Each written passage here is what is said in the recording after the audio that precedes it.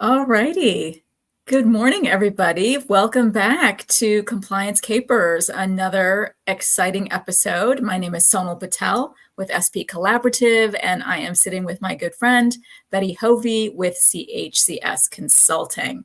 I know it's been a minute since we've been on, but welcome back, my friend. Hey, good to be back again to talk about some more compliance issues. And I just want to say hey, y'all, to everybody else. So good to see what we're going to get into today.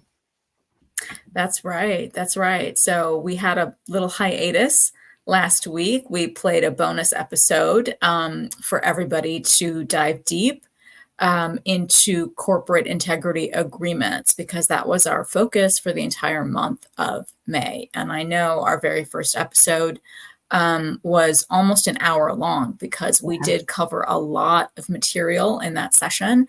And so we had figured that a bonus replay of that episode while we were both out enjoying the month of May for a change, right, would be welcome by our audience. So I hope all of you took the time to really go back and hear that session in its entirety because I think it was a really, really good one. But, to carry forward with our theme for the month on, continuing compliance, avoiding compliance capers like this, we found another corporate integrity agreement, again, one of the smaller ones known as a integrity agreement that had to do with a pharmacy out in the state of Pennsylvania. So let me go ahead and pull up that DOJ press release link for the audience to go ahead and pull up at your own time, take a look at it, because again, like we've stated throughout our Compliance Capers episodes from month to month, these things are public pieces of press release. They are available for all of us to review at our leisure, and this one happens to deal with literally a pharmacy in the state of Philadelphia. It was issued back in January 2024. So, Betty, if you wouldn't mind reading to the audience a little bit more about what this particular press release actually involves, what was kind of at issue here with this particular entity? Sure. In this one, as Sonal said, it is about a pharmacy that was in Philadelphia, and the current owner of the pharmacy, he agreed to pay over $4.6 million for settling some False Claims Act liability because they state that they gave prescription medications or billed for prescription medications that they didn't actually give. That was one of the things that, they said. So patients never got these drugs, but they were billing Medicare and Medicaid for them. And then they also say that they do those formularies where they make the formulations for the medications. And in some cases, they were billing for higher cost formulations, but giving lower cost formulations to the patients that came in for prescriptions. So billing for one thing that cost a lot more, but giving the patient like a lower version of the drugs. And so that basically went on for, I believe it was from 2000, let me look back again, from 2018 through 2020 was the period they were looking at. So usually with these things, if there is a key tam, like there's a whistleblower or something, or once the government kind of gets wind of something, they're looking at past things. Of course, anything with the government, we always see when they put out reports and everything, they're always from like a year or 2 years ago. It's going to be the same thing, but because I've had people ask me before, why, are these old things, why aren't they looking? That's just the government's way of doing is that whole pay and chase thing that we've talked about multiple times that I never think is a good idea. It's just kind of, chasing your tail and doing more work. And while you're doing that, they're still continuing on with whatever wrong it is that they're doing. But that's the way our government works. So these are things from, time periods from before, like you said, this came out in January 2024, and the period they're looking at is 2018 through 2020. So, that doesn't account for the extra 4 years that they've continued to be doing this. So yeah, that always seems to me a little bit on the, I don't know, lazy kind of side of doing it, but that's kind of what they did here. The pharmacies separately also paid over 700,000 to settle allegations that the principal of the pharmacy was unjustly enriched as a result of billing Medicare and Medicaid from even further back, from 2015 through 2018, for prescriptions that again were billed for but never given to the patients. And y'all know, like, I don't know if y'all do it, but I do it. My prescriptions will come up for refill, and I'll go on to Walgreens and I'll say, okay, refill this one. And then, I don't go in that day to get them because I've got other things I'm doing. Sometimes it's like days later I'm doing. Well, when you're refilling and you click to refill it, the pharmacy is going to bill your insurance company for it. So if you never go in to get that prescription, that stuff's supposed to round back and go back in, to be paid back to your insurance because you didn't get the script. They didn't do it. So I don't know if some of that was going on, but it also seems that, obviously to this extent where they're getting busted for it, that, it's just they're billing people for things that, they never came in to pick up. They didn't give to them. So, you can't keep money for something that you didn't even give to the patient. So, the one case of doing the billing the high and giving the low, that's, not good. And that's one thing, but like never even doing it and getting paid for it is, even worse in my opinion. So those are the two main things that they are alleged to have done.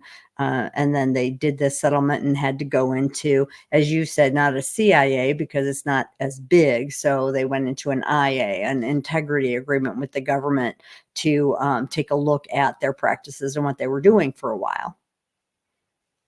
That's excellent, Betty. That's a great breakdown of what that DOJ press release stated.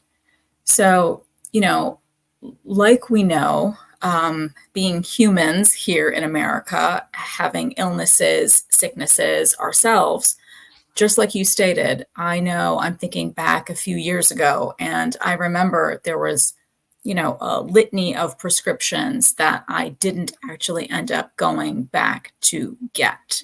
I preferred to just do it the old fashioned way, over the counter, home remedies, whatever my rationale was back in those years, right? And so I remember getting those text alerts, those dings from my CVS, from my Walgreens, whoever I was using at the time, right? And you're absolutely right. What happens to those types of drugs, right? So if they're, again, erroneously being billed out, that's an error because the patient, myself, I did not actually go and pick up any prescription, right?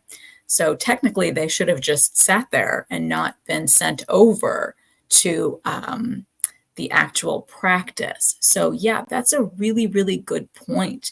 These types of issues when, pharmaceuticals are involved, it's a complex procedure and process, checks and balances, which we'll get into as we take a look at the actual integrity agreement, right? They do list out a procedure. They spell it out in the integrity agreement how the practice should improve their checks and balance process, because clearly, allegedly, in this particular situation, there was multiple failures for these variety of drugs that were listed in this DOJ press release. So things that you and I are well aware of, like metformin, was being allegedly abused, right? There was this Spiriva, there was Januvia, there was a Vanoss type of a cream,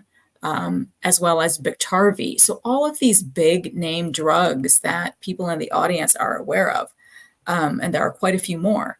But they were, misappropriated, and the patients didn't actually go in and pick them up, use them, etc. Right? So there's just a lot of waste, a lot of fraud in these types of situations, and that's the number one priority of the OIG, right? Of course, the healthcare system here is massive, gigantic.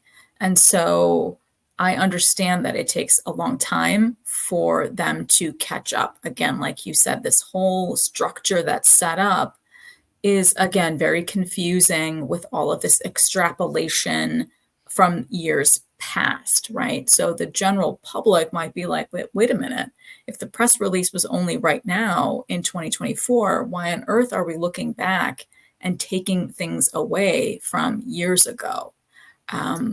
But, under rules and regulations, the government is allowed to do that pursuant to all of these things.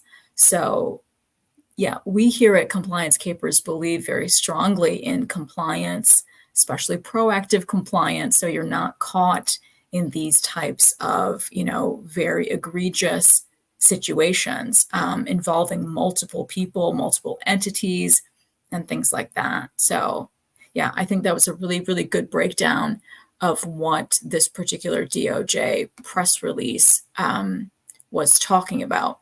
But as we dive into the actual nuts and bolts of this document itself, for the integrity agreement, it is, when you all take the time to take a look at it, again, it will be a little bit smaller than what we talked about in our very first episode, because that involved a corporate integrity agreement. So that was much heftier. This is still around a 31-page document, which we've had a chance to peruse about. But, it is a 3-year integrity agreement that they have all signed off on, from the OIG to the actual practice.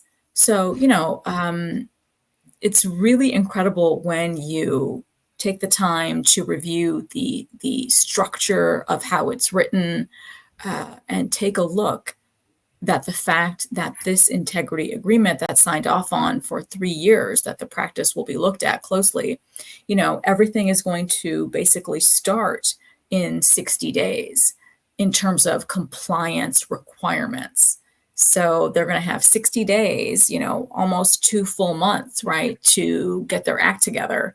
Yep. And follow the multiple steps that they have listed out in their compliance program requirements. So it's not as in depth as the CIA, but it is still a compliance program that is actually written out for them to be followed. So I think it's really unique. This is the first one that you and I came across that stated that the number one thing on the compliance program requirement that they have to do is put up a very public posting within 60 days at the practice of a OIG fraud hotline phone number. So that has to be very publicly posted, so the patient population, the staff, the personnel, everybody at the organization is aware of this new posting. So if there's any type of, fraud or misbehavior or capers that are occurring here, people can pick up the phone and easily dial the 1-800 OIG fraud number. So I thought Yeah. that was really interesting and unique. Yeah. Yeah, kind of busting themselves out a little bit. I mean, it doesn't say they have to say, "Hey, we got investigated." And Yeah, no, it doesn't so, have to say any of but that. No. just putting it up there to say, if you see anything, that whole big, if you see something, say something, campaigns as we see them going on for many different things. Yeah. Yeah. These guys are having to put this up in their pharmacies to say, if if there's something in here that's not right, here's the tips number for y'all to call to kind of, drop a dime on this pharmacy so we could keep a better tab on them. So yeah, I thought that was interesting too, and interesting that they put these things in here for this one at the 60 days. The other ones we've been looking at in the past capers this month have been 90 days.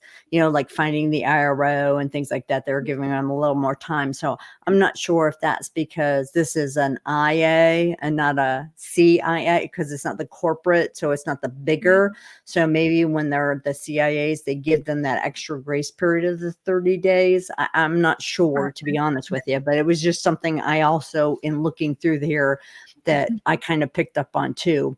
Yeah. That, they kind of shortened their timeline down a little bit. Agreed. No, I'm glad you spotted that because, yeah, these are all questions, even though you and I have been around the block for a minute, these are the types of questions that you and I always have, right? Because we don't have anybody on speed dial from the OIG that we could just go and ask, right? Or do we? No. No. We know a lot of people, but I myself do not know anybody personally at the OIG that I could just be like, hey, this is a silly question, but right. Why? But yeah, that is definitely something that I think about because, it's might be difficult to, find a IRO within this time period, right? But it is mandatory. They signed off on it. And so, Yep. I'm hopeful that they have taken care of it since January 2024 because their time has passed. Yes, so that's very I true. hope they have come up with a wonderful IRO that will, help them facilitate the multiple compliance program requirements, everything in the appendices that has to be done swimmingly in terms of the multiple things that were missed and that were found out by the OIG, right? In terms of their pharmacy claims review processes, all of those checks and balances that I was alluding to earlier, right, are things that the practice has to really understand, and the pharmacies have to understand how to better cleanly document the types of drugs that are being dispensed from month to month, how to quantify it, how to make sure that it's being submitted properly or not. Like we say, when we don't actually hit that, yes, we're going to go drive to the Walgreens and pick up our prescription, so they go into really, really fine detail throughout the entire document. Yeah, I thought it was interesting in the document, when they list out this stuff for the independent review organization or the IRO. If y'all are looking at the document or when you pull up the document later, if you look at page 4, it starts where they start talking about, what the IRO is supposed to be doing. So on number 2, they just talk about the regular claims review. And we've seen that in our past CIAs and IAs that we've looked at. And of course, they are having to review the claims to make sure that they're continuing to bill or that they're now billing in a compliant manner. But also the number 3 thing is because of the billing for those high cost, high formularies, when they're giving the patients the lower ones, they also had to get a drug inventory review. So the IRO not only is looking at claims, but they're also actually looking at their inventory. So, they have to make sure that what their counts are to make sure that what they're billing for, is actually what's being done. So they're going to do, from looking at it, a quarterly drug inventory review report. So, and that stuff all is spelled out in this case in Appendix C, because, as Sonal has explained on a previous compliance capers, they usually have appendices in the back of these IAs and CIAs that kind of go into a little further detail. So if you go into Appendix C, it's listing here, that's where they're kind of listing out the things that they expect to see in this quarterly drug inventory review report, that they're going to also need to be doing for the organization to make sure they're actually giving out the right drugs, and that the requirements here says it shall begin 30 days after the effective date. So that's even a shorter time period. They're like, we want on this right away, because of course the higher formulary things are also much higher cost in many cases than what they would be giving. Just think of it as like a brand name drug versus a generic drug. Getting the brand name is going to be a lot higher than if you got the generic form. So it's the same kind of thing, because of that dollar discrepancy. And some of these medications could be thousands of dollars. It's like, no, we're going to check on this like right now. So that's one of the things that they have to be doing right away. And they spell that out all in one of the appendices in the back. I love it. That's spot on, Betty. That's a really great point that you picked up on, because a lot of those drugs that I had called out, they are very expensive name brands. They are name brands, right? So yeah, that's a really, really great point, that this particular integrity agreement wants the pharmacy to do things even faster, like you stated, within 30 days, right? Because our patients are going to be needing those refills within 30 days. So, their checks and balances have to also match. So I thought that was really, really spot on. And I think this is a really good roadmap.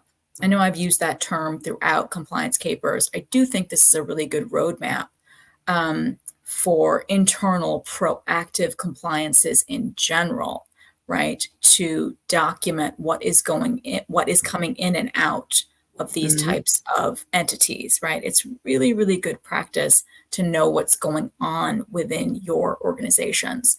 So I think it's a really, really good blueprint for these types of entities to use on a day-to-day basis.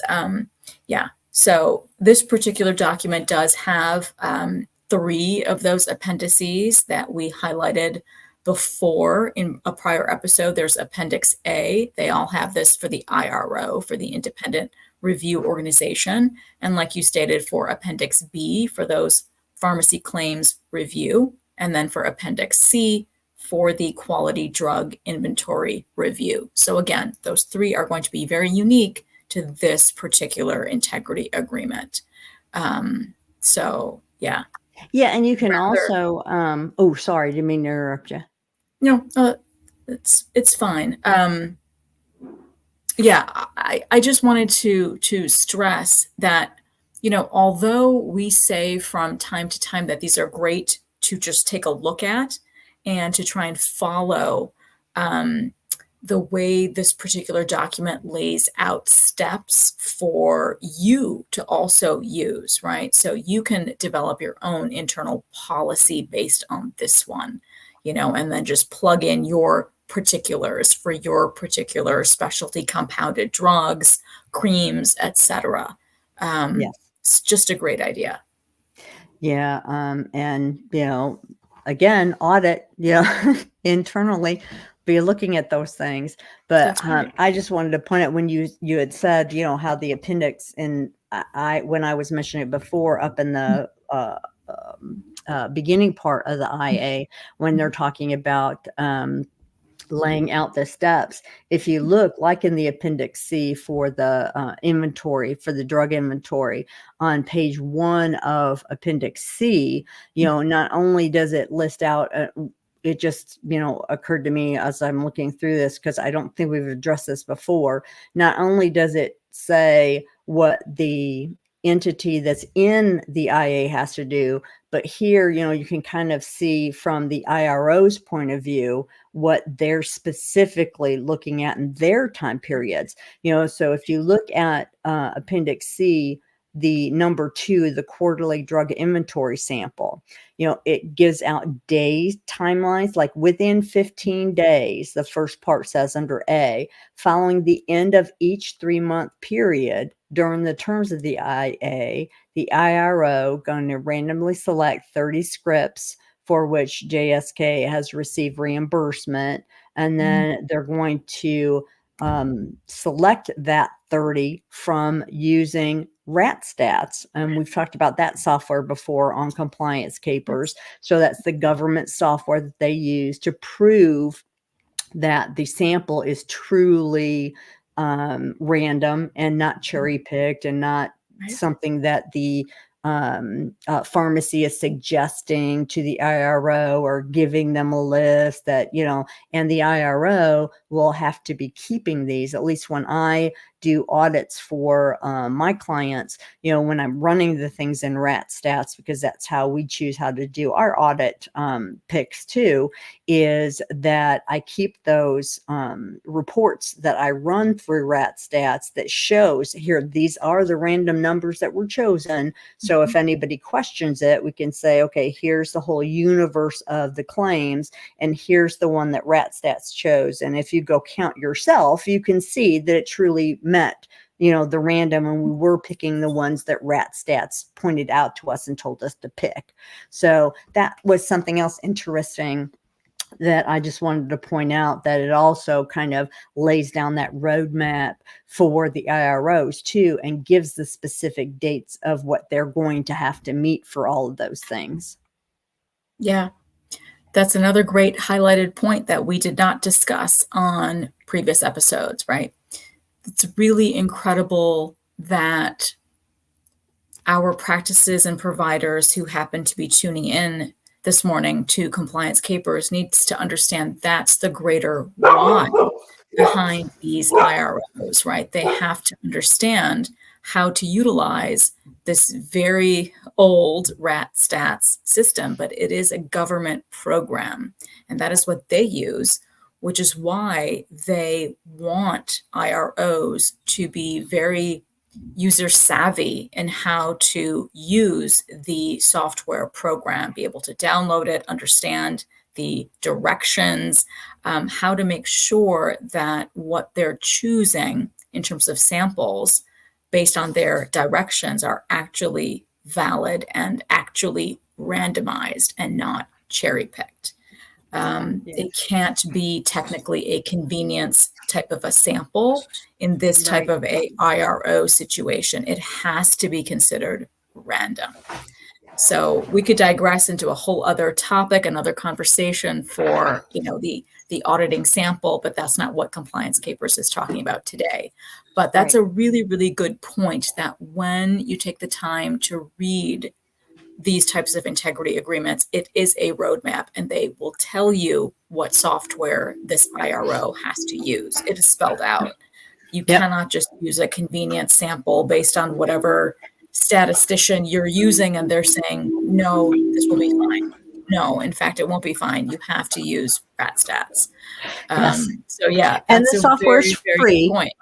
And it's free. You know, so yeah. They don't have to, it's not anything they have to go purchase or anything like that too. So anybody that's watching or listening, it's something that y'all can download and be using it in your practices if you want to do a truly randomized thing, is to run it through, and it just, you put in how many you want, how many you have, and it'll say, okay, then you take number 5 and number 400 and number 20, and you know, and then you just kind of follow along what it says.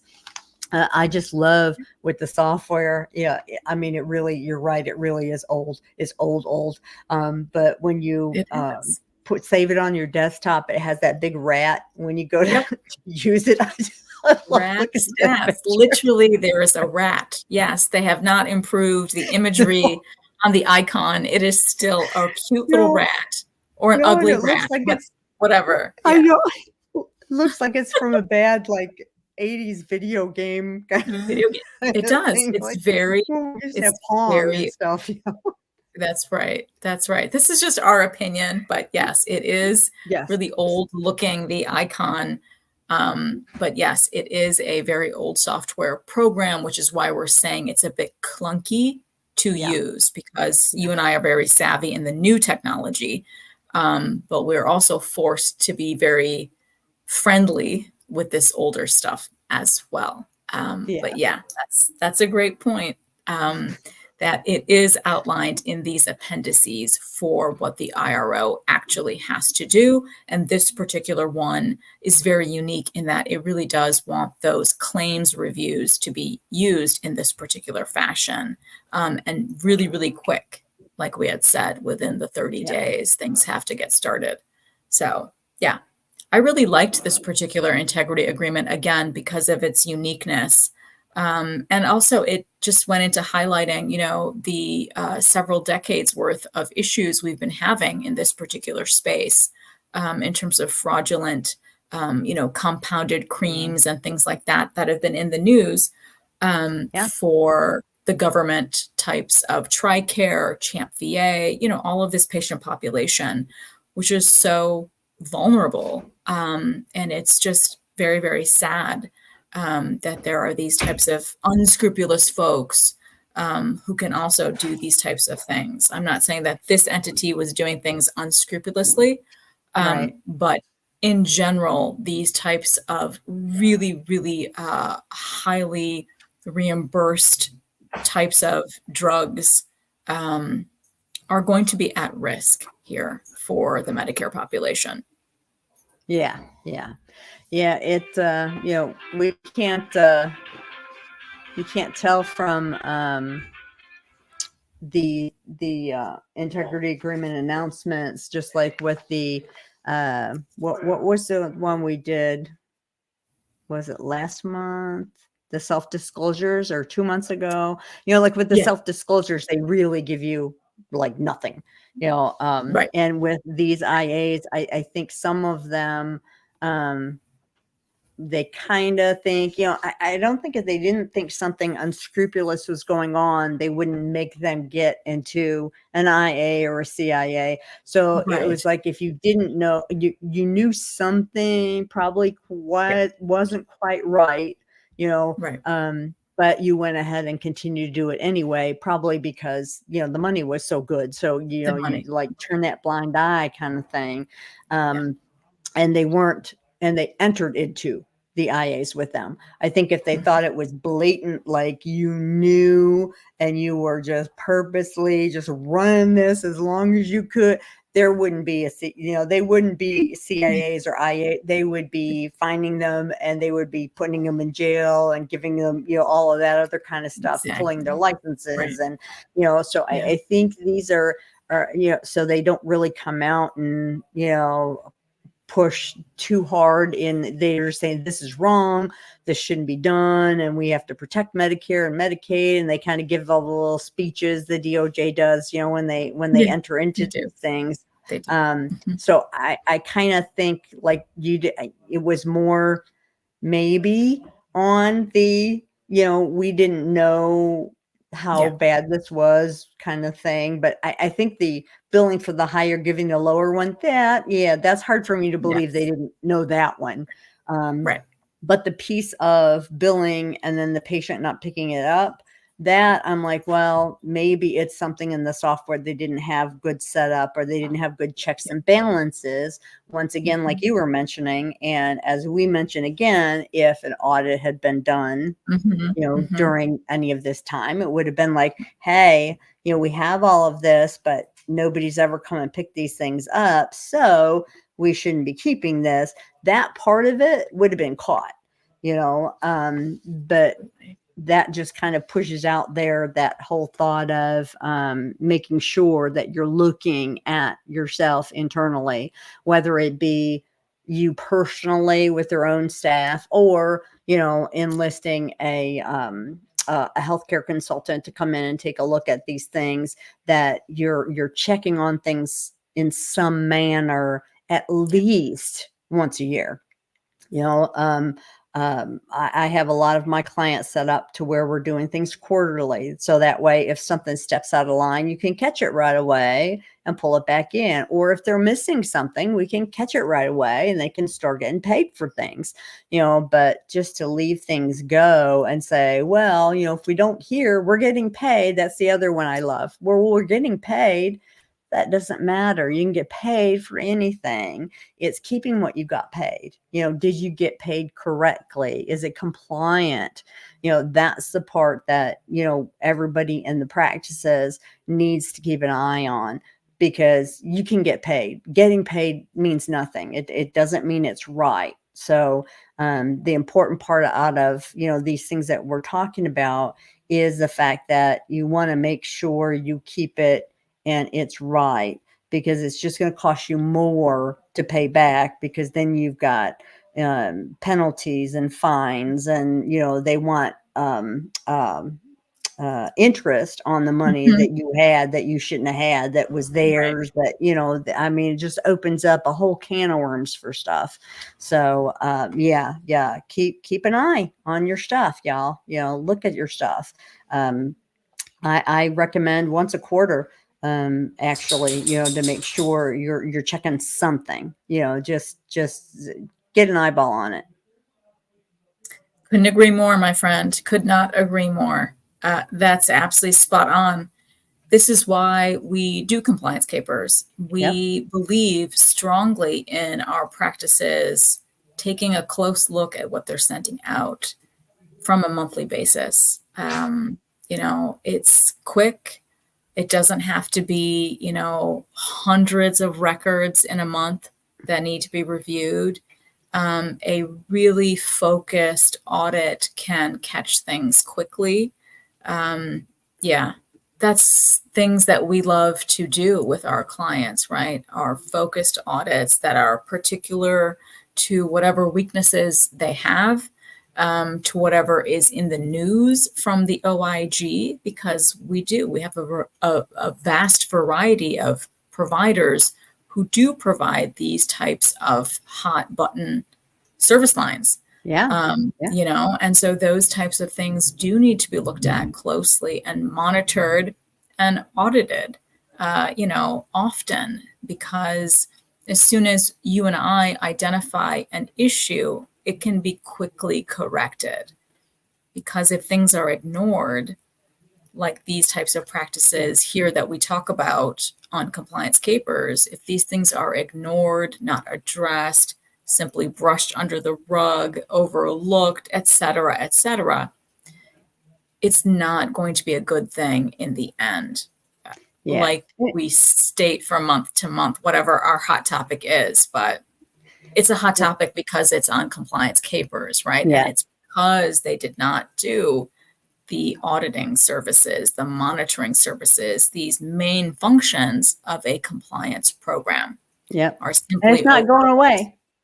And it's not going away. They're only going to, in fact, fun fact with our crystal ball, there will be a even deeper physicians compliance program document that's going to be coming out here within the next few years by the OIG.